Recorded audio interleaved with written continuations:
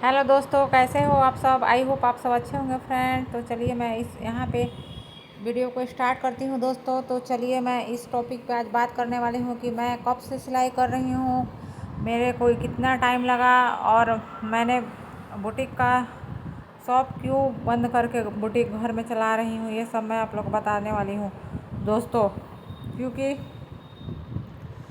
Stitching से मैंने पैसे कमाए हैं और पैसे कमा के बहुत सारे चीज़ों को मैंने अरेंज किया है।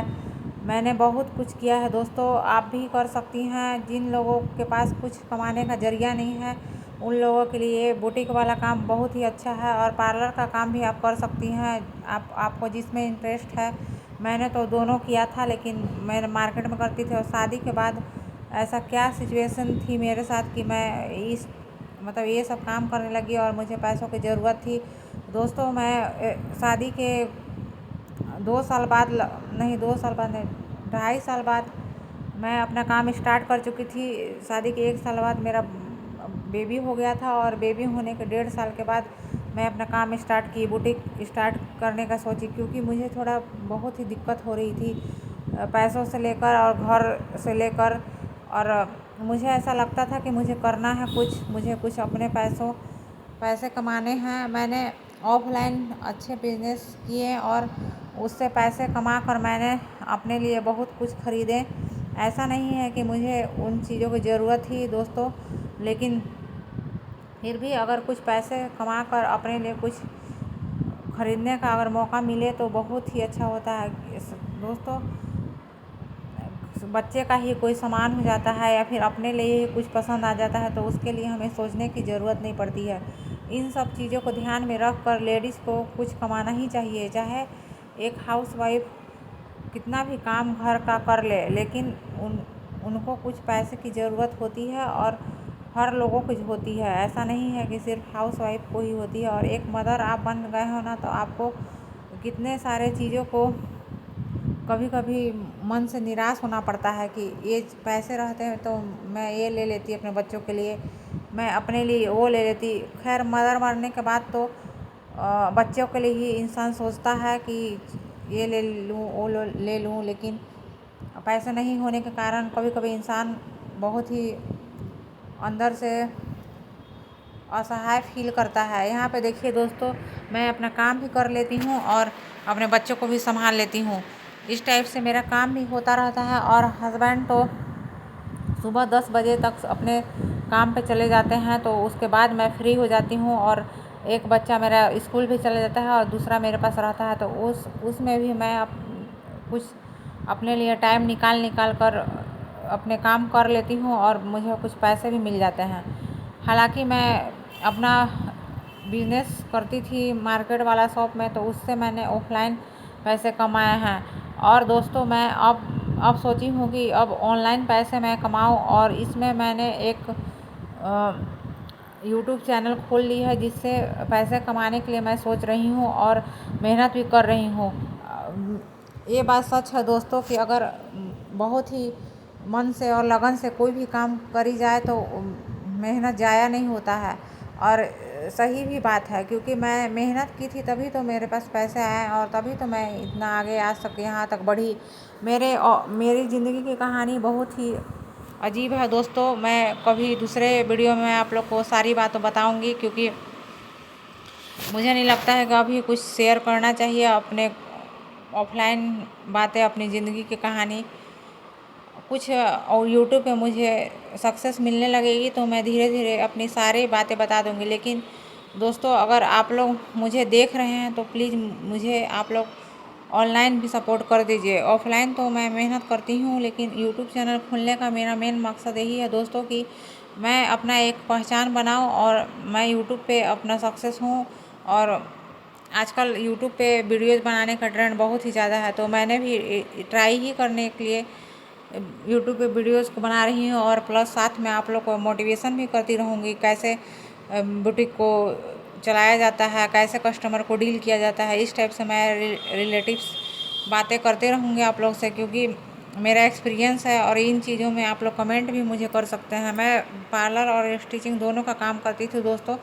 मेरे पास स्टार्टिंग में कुछ भी पैसे नहीं रहते थे। मेरे पास कुछ भी पैसों की ज़रूरत होती थी दोस्तों, तो मुझे अपने हस्बैंड से मांगने पड़ते थे और मुझे अच्छा नहीं लगता था। मैं स्टार्टिंग से ही, जब मैं अनमैरिड थी तभी से मैं काम करती थी अपने घर पे, स्टिचिंग और पार्लर वाला। और फिर शादी के बाद तो आप लोग समझते ही हैं, तुरंत इंसान कुछ नहीं कर पाता है जाते जाते। तो हस्बैंड से मांगने मतलब कुछ भी चीज़ लेना है या फिर कुछ भी करना है तो आप हस्बैंड पे ही डिपेंड रहेंगी। लेकिन ऐसा नहीं है कि मेरे हस्बैंड नहीं लेते थे या फिर उनको कुछ दिक्कत था, लेकिन फिर भी मुझे अंदर से बहुत ही अजीब लगता था। और दूसरी बात कि शुरू से मैं काम करती थी ना, तो मुझे अच्छा नहीं लगता था ऐसे ही बैठे बैठे, या फिर मुझे चूल्हा चौका का काम करने और दिन भर घर में रहने और दिन भर घर का काम करने के बाद मुझे बहुत ही अजीब अच्छा नहीं लगता है। हमेशा दिन भर मैं,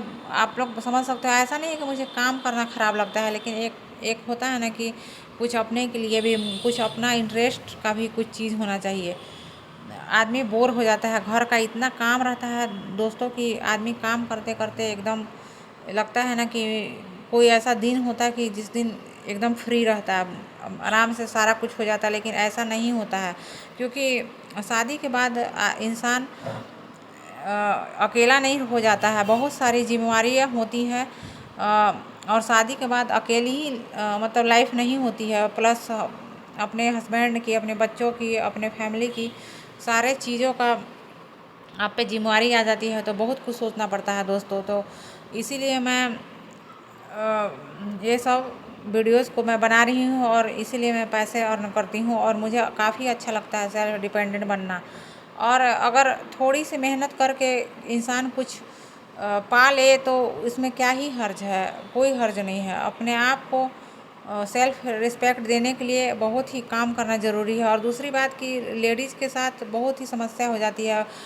सबसे बड़ी तो बच्चों का बात है कि घर पे इंसान बच्चों को किस पे छोड़े। आजकल का ज़माना तो ऐसा नहीं है दोस्तों कि कोई भी आपके बच्चे को देख जाएगा, 1 घंटे देखेगा तो 10 बार आपको फील कराएगा कि आप मतलब आपके बच्चे को उसने 1 घंटे देखा है। ये मैं अपना पर्सनल एक्सपीरियंस दोस्तों बता रही हूँ। यहाँ पे मैं कुछ बोल रही थी तो उसका वॉइस पता नहीं अच्छा नहीं आ रहा था, तो यहाँ पे मैं वॉइस ओवर कर रही हूँ दोस्तों।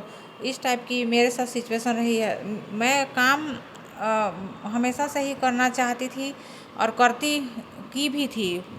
मेरे 4-5 साल हो चुके थे और मेरे शॉप को ओपन हुए, लेकिन मेरे घर वाले ही मुझे काम करने से इतना, मतलब काम करती थी मैं तो उन लोग को बहुत जलन होती थी। और मैं ऐसा कारनामा उन लोग किया ना कि दोस्तों कि मेरी दुकान को बंद करना पड़ गया। बहुत सारी चीज़ें हैं, मैं बोली ना कि मेरा अच्छा खासा जो शॉप था ना वो बंद हो गया। और आज मैं अपने घर में ही बुटीक स्टार्ट कर रही हूँ। आज फिर से मैं खड़ी हो रही हूँ, जीरो से स्टार्ट कर रही हूँ दोस्तों।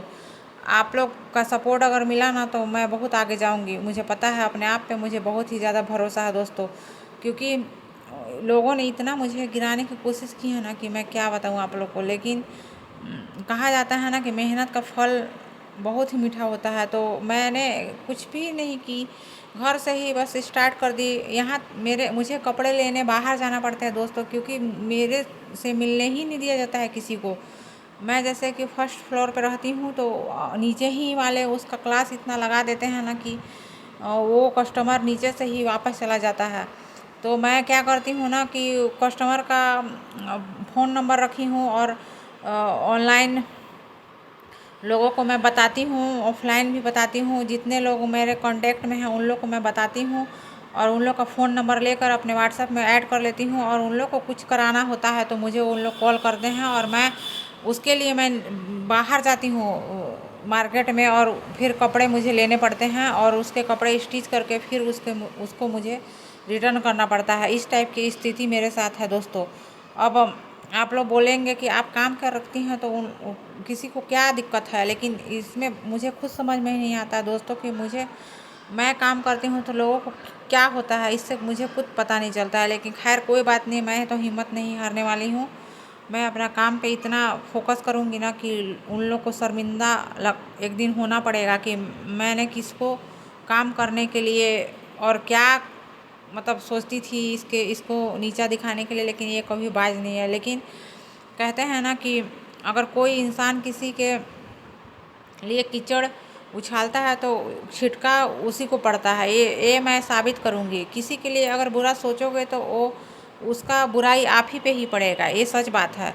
इसीलिए मैं बोलती हूँ दोस्तों कि अपने काम पे ध्यान दीजिए, अपने अपने मेहनत पे विश्वास कीजिए कि मैं जो करूँगी अच्छा करूँगी, और दूसरों के बातों को इग्नोर करना सीखिए। और एक हाउसवाइफ के लिए अपना काम और अपना सेल्फ रिस्पेक्ट अगर आपको चाहिए होता है, अगर आप मतलब कितने भी कुछ क्यों ना हो, आप पढ़ी लिखी हैं, आपको सारा कुछ आता है, लेकिन वो सब आपके मायने, वो सब चीज़ें आपको काम नहीं देंगी ससुराल में। आप ससुराल के लिए कितना भी कुछ कर लो ना दोस्तों, वो कम पड़ जाएगा। ये मेरा पर्सनल एक्सपीरियंस है। कितना भी कर लो, पूरा आप ज़िंदगी उन लोग को खाना पीना बना के खिला दो, सारा कुछ कर दो, लेकिन उन लोग का कभी नहीं रहेगा कि आप कुछ उन लोग के लिए की है। इसलिए मैं दोस्तों बोलती हूँ कि आप लोग खुद के लिए कीजिए, आप खुद मेहनत कीजिए और अपनी पहचान बनाइए। वो तो चलता ही रहेगा। एक दिन आप खाना नहीं बनाएंगे तो कोई भूखे तो नहीं मर जाएगा। और दूसरी नंबर की आपको काम तो ससुराल में करना ही पड़ेगा। और जब आप खाना बना सकते हैं, जब आप बच्चों को देख सकते, जब आप अपने हस्बैंड को, पूरा परिवार को देख सकती हैं, तो आप अपने लिए टाइम क्यों नहीं निकाल सकती हैं। आप ये सोचिए कि जैसे मैं खाना बनाती हूँ, वैसे जैसे मैं बच्चे देखती हूँ, जैसे मैं अपने हस्बैंड का केयर करती हूँ, वैसे ही अपने काम को 1 घंटे 2 घंटे जितना भी आपके पास टाइम है उतना आप फोकस काम पे कीजिए। ये मैं सच बता रही हूँ दोस्तों, ये मेरा पर्सनल एक्सपीरियंस है, इसलिए मैं बता रही हूँ। तो आई होप आप लोग को ये वीडियो अच्छी लगी होगी दोस्तों। तो चलिए मैं मिलती हूँ नेक्स्ट ब्लॉग में, तब तक के लिए बाय, टेक केयर।